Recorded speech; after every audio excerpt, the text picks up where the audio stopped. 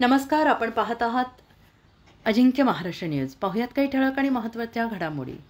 हिंगोली जिल्ह्यातील वसमत तालुक्यातील मराठा आरक्षणासाठी दिलेल्या बलिदानातील कुटुंबियांना आज आर्थिक मदत.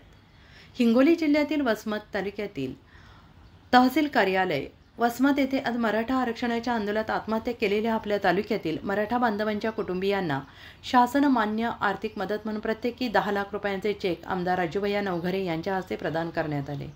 या अंतर्गत मदत प्राप्त झालेले कुटुंबीय टेंभुर्णी निवृत्ती नामदेव सवंडकर, कुरुंदा जगदीश राजाराम कदम, कुरुंदा ज्ञानेश्वर प्रतापराव दळवी, कुरुंदा गजानन पुरभाजी इंगोले, पळसगाव अर्जुन तुकाराम पांधोंडे, पांगरा शिंदे, मुंजाजी शिंदे, गुंडा एकनाथ भगवान चव्हाण, अकोली नागोराव माधवराव कदम, तेलगाव राजेश पंडितराव कानोडे, मुडी साईनाथ सखाराम पडोळे यावेळी उपविभागीय अधिकारी श्री विकास माने साहेब तसेच तहसीलदार सौ शारदा दळवी मॅडम उपस्थित होते.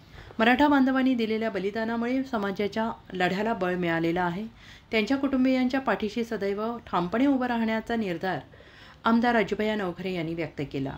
अजिंक्य महाराष्ट्र न्यूजसोबत प्रतिनिधी श्रीहरी अंभोरे पाटील, हिंगोली. अशाच नवनवीन बातम्यांसाठी पाहत रहा अजिंक्य महाराष्ट्र न्यूज.